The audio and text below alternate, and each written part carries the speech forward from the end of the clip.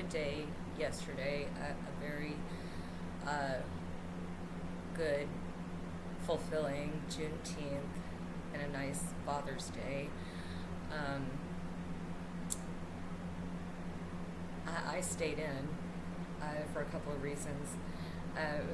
Just because of all the things that are going on around me, and I just didn't feel like I should be in that space. I also don't have any money to spend, and I know in my hometown, it's a big issue where that money got spent and who got the most of it, and how that day was treated this year.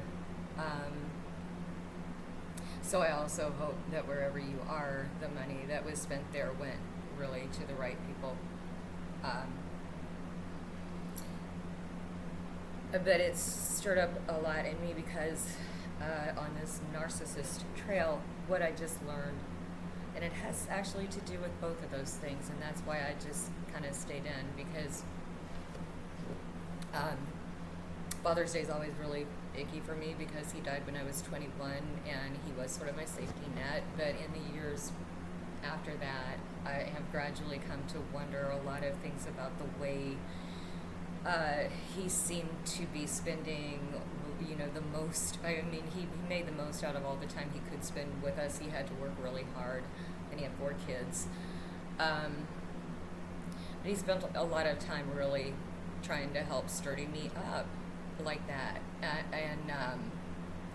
I've wondered for a long time if somehow he recognized that I was under some kind of abuse or pressure. I mean, at a certain point, he knew things had happened to me in high school, but that was so long. But he was also a very sensitive, empathetic person, and he could tell. That's what I thought it was until recently, and I started looking into some family history, which is his family, my grandmother and him. And one of the things I found immediately was that a story my mother had been telling us, was one of the same. It had to do with the naming of my brothers, but it was the same sort of story she was constantly doing to me, where she would set up this sort of affectionate or sort of family story that started out in this sort of way as just an anecdote and ended in a slam. With me it was always things like, when I brought Paul, my brother, when I brought your brother home and he was in his bassinet and you went over there and looked and screamed, "He's so cute," and you woke him up and he started screaming. I mean, there was always some, and you ruined it at the end. I realized when I was doing this research that a story she'd been telling about these names and how, your dad really wanted this name and this name, and I was just not having any of that. And her insistence on having names that you couldn't. She had all kinds of excuses for why she named us the things she did. It was kind of weird, and it made names a big deal for me. What I just found out is that name she was talking about, that she just wasn't gonna. That was my dad's grandpa, who lived in the same town that my dad did, and died when my dad was 17. And she was telling that story constantly. I wonder how many other stories like that she was telling right in his face that were a direct punch at him, a direct punch at his family, just constantly, "You're not good enough. You're beneath me." I really wonder. I mean, he was a very strong man, but he was also madly in love with her, and I wonder too, God, once I found out kind of the origin point, and I did, of her narcissism, a lot of things fell into place, but that name thing, and how deeply I know that hit him now. I just found that out a few weeks ago. The reason I found that out is because I was doing some family research with a purpose. Because we are connected to a particular, what's called a colony in some places, or community, but it was a community started by freed slaves, and my family has a very direct connection to that, and that's why I started looking into this family history, because I do want to know the real of that, and I'm knowing a lot of it now and just trying to figure out what to do with it. And part of it actually has to do with Juneteenth in Texas, even though my family's in Kentucky. So I mean, this starts out in Kentucky, and then they made some hay out of knowing that slavery was ending in one place, but not in another. I mean, there's no way that my mom knew all of that, but, well, we all have to admit that that's recent enough history, it's there. And, I don't know, somehow now I'm realizing that she rejected my dad's family in so many ways, and they happened to be, my grandmother and my dad, really the kindest, most evolved people I knew in a way, and maybe it came out of some knowing of that. Definitely with my grandmother it did. I see that now. She was born in that region, right in that place. So she saw things enough to say the word violent to me when I was in my early 20s, directly regarding race issues, and that people will be violent when you don't expect them to. She said that word violent with a lot of sorrow in her eyes.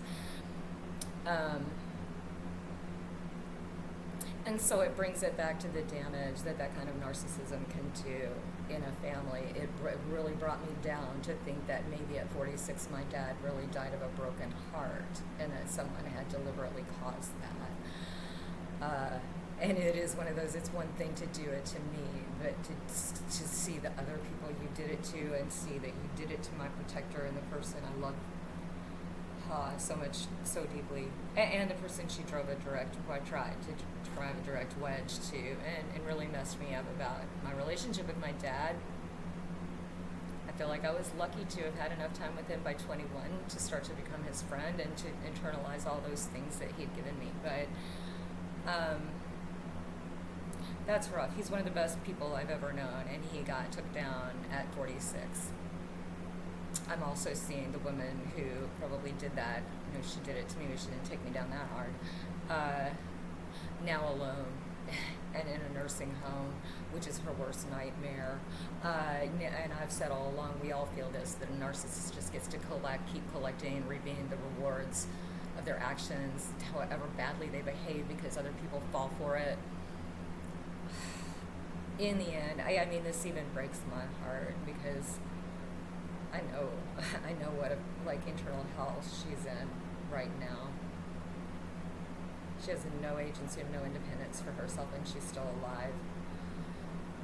And I don't think most of her siblings are dead, and I don't think she really has anyone around her. My siblings aren't spending that much time doing that. Just enough to call themselves, there's a truth in there, and then there's the lie. But I don't want to step into that space too hard, because Juneteenth does not belong to me, but at the same time, yesterday I just stayed in and, really ruminated over all of this. Really ruminated over both family narcissism and damning people who really aren't the ones to be damned. That was her insecurity, maybe about being too connected to something there. I don't know. But that's the kind of thing that connects the personal narcissism to the systemic narcissism.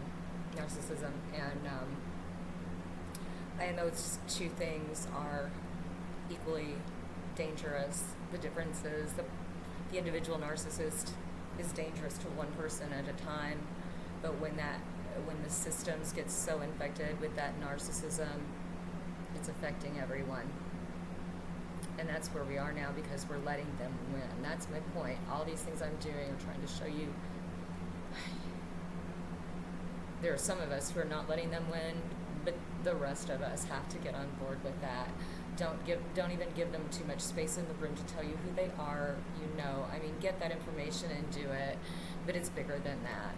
It really is. It's bigger than that. And if you don't have a sense of urgency about that, look harder and get one. Listen to the people who do, because probably they've seen right in their face something that you haven't seen yet, clearly, that's going on right here. It's hard to pay attention to everything that's going on right now, and especially if you're one of the people who is getting hard pressed. I think it's harder to see, because you've got too much else going on right immediately to try and survive.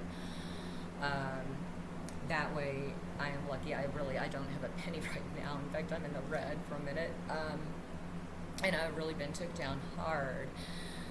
But I still have some kind of advantage in being able to look outward and see the bigger picture of that. If I can, if I can get shoved back to the margins so easily, all it makes me wonder is what's happening to people who have, I guess, less resource, less anything. I've collected so many skills. I'm astounded that at this, nearing 60 now is when I suddenly cannot seem to get back up on my feet. I mean, it was a hard takedown, but still, that's what I mean. It's a confusing world right now, but the systemic narcissism is winning because family narcissism, individual relationship narcissism is winning. We have to stop thinking that these people really have any reason to be in control. Really. Is there really any reason for this other than they're just hoarding it? There's not. So that's why I say, no gradual. No, the people that are saying, flip this over now, they're right. So that's all I want to say about it. Yesterday was a heavy day, and it was probably a heavy day for a lot of people.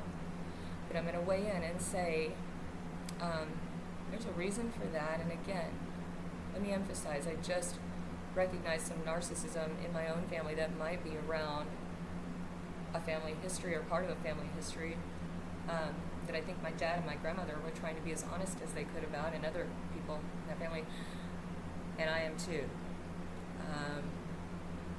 And yes, on Juneteenth, I had just recently learned that my own family had participated in profiting from slavery's ending here, but not in the place where it's worse. So, heavy, heavy stuff.